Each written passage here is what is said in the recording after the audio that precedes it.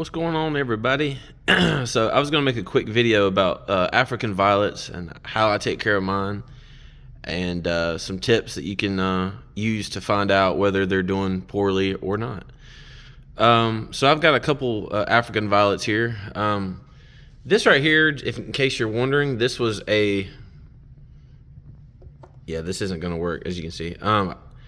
This was a leaf that my daughter had kind of knocked off. So I was like, no worries, just plop it in some soil, water it really good, and hope. And a lot of times they will propagate, and I've done that to propagate these, before. It does work, trust me. I'm not making this up. I'm gonna pull that out of the way.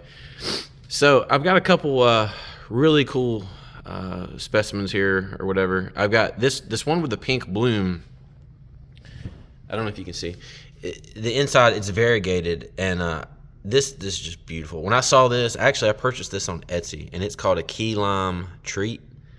I think when these plants get a lot more mature, they'll be more variegated, kind of like in the center here. So hopefully that continues to happen. I think the more sun you can give these, the more variegated they'll stay.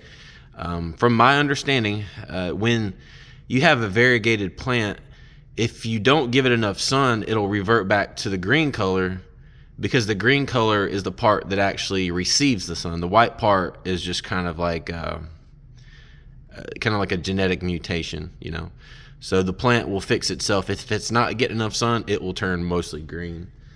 I'll show you something real quick, but don't mind the house, it's kind of a mess.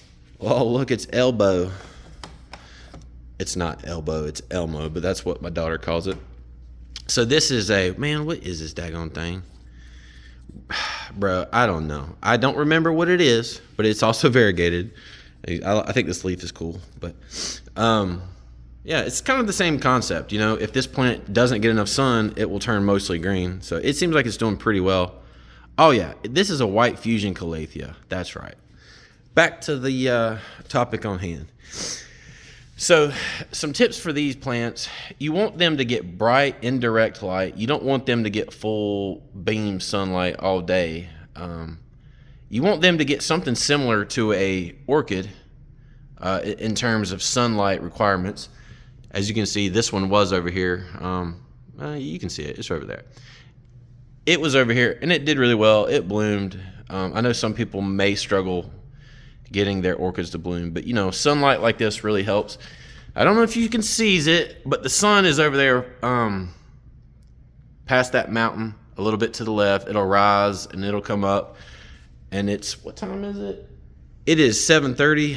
Around 2 o'clock, the sun will be completely over the house in the summer. In the winter, it's a little different, but so that's how it goes. So you'll get a little bit of sun, and I have these sheer curtains in this solar shade, and that kind of helps. It kind of helps where you can kind of pick and choose, the sun, and kind of customize it a little bit. Some tips as far as taking care of these plants. I like to water mine from the bottom. I have like a little, kind of like a cereal bowl. It's not a cereal bowl, but it's similar. And I put about 1.5 inches of water in the bottom of it, and I take the plug out of these, and I sit it in there. I set mine in there for 30 minutes. If it's a new plant with a smaller root ball structure, then maybe you could do 10 minutes, 15 minutes, 20 minutes. It all depends on how many roots your plant has. Because your plant has to absorb the water, and then you don't want your plant to basically drown, because these plants are pretty sensitive to root rot. You want to make sure that if you leave it, basically what I'm saying is you don't want to leave these plants in that bowl of water for 4 hours and forget about them, because you'll come back and they'll be overly saturated. And what you'll see, I'm going to take you over here.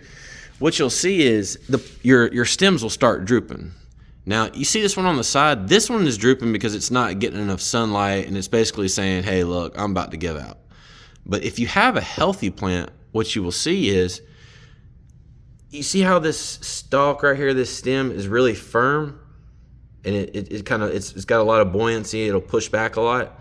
That's how you know your plant's doing well. If your plant is not doing well, like mostly if you overwater it, this right here will just droop over. It'll just be flopping over. It won't be perky. It probably won't bloom, So that'll be a good indicator that, hey, your plant's not doing well. And speaking of plants, this one's awesome too. This is a snow edelweiss is what this is called. It has these cool kind of graffiti splash colors on the white bloom. It is beautiful. I've had this plant I've had both of these plants for maybe 7 months. And when I bought them, they were just like 3, each of them was like maybe like 2 or 3 small leaves. And this one, you can see this one's got pretty big, I got decent sized hands, but this one's got some pretty big old leaves on it. It's pretty cool. But yeah, these things, they've done really well in this spot. I actually got them off Etsy. I've kind of found over time that you can find a lot of really cool plants on Etsy. A lot of stuff that you might not find in Lowe's or other big box stores, because that's where I usually go. Big box places, and those are the places I tend to frequent. But yeah, so that's as far as the watering, make sure not to overwater these guys, or you'll have droopy leaves like this. Which I'll take this off. This is natural because it's under the canopy. It's not getting enough sun. Let's see, what else can I cover over these little things? Here's one that I got from my my wife's aunt. It wasn't doing too well, so I put it in here, and I'm trying to give it a little bit of love. I had to trim it back quite a bit because the plant had gotten quite leggy. What I mean by leggy is you'll kind of tend to have long stems, and it doesn't look so much like a crown like this. These stems will protrude out long. It's almost like the leaves are reaching out for the sun, and that's a good indicator that the plant is not getting enough sunlight. Also, it won't bloom very well if it's not getting enough sun. It's not getting enough energy to do its thing. Let's see if I can get some close-ups. Yeah, really cool. But yeah, so this plant was kind of leggy, and the stems were too long. And you could tell it needed a little bit of sunlight. So I trimmed it back quite a bit. And it seems like it's starting to kind of do its thing. It's doing really well. This, I don't know exactly what kind of African violet this is. As you can see, the leaves are a whole lot smaller. I don't think the leaves get much bigger than this. It's pretty much a micro version of a African violet in some capacity. I don't even know if this thing will bloom. I will say I do know that the stems on this one, they'll be kind of a burgundy red when they kind of grow out, which that kind of adds a little bit of a flair to the plant itself. But yeah, so these are my African violets, or African? Yeah, African violets. Let's see if I can get another close-up of this one. This one's beautiful. I was not expecting these to bloom like this, but it's pretty cool. As far as like repotting these things, I have found personally that you want to keep these in kind of a smaller pot until they've just completely outgrown it, because they like to be somewhat root bound. In the wild, I think a lot of these plants will be in like little small holes in a mountainside or something where there's just enough soil or compost for it to basically thrive. So they don't need big wide open spaces for the roots to run. The roots really do like to be compact and squished together. So I'm gonna get like an aerial view of this. Like you can see the rough size of this plant. When this plant gets about 2 inches bigger on each side, then I will consider putting it in a bigger pot. But like I said, they like to be kind of crammed in there. They don't like a whole lot of space.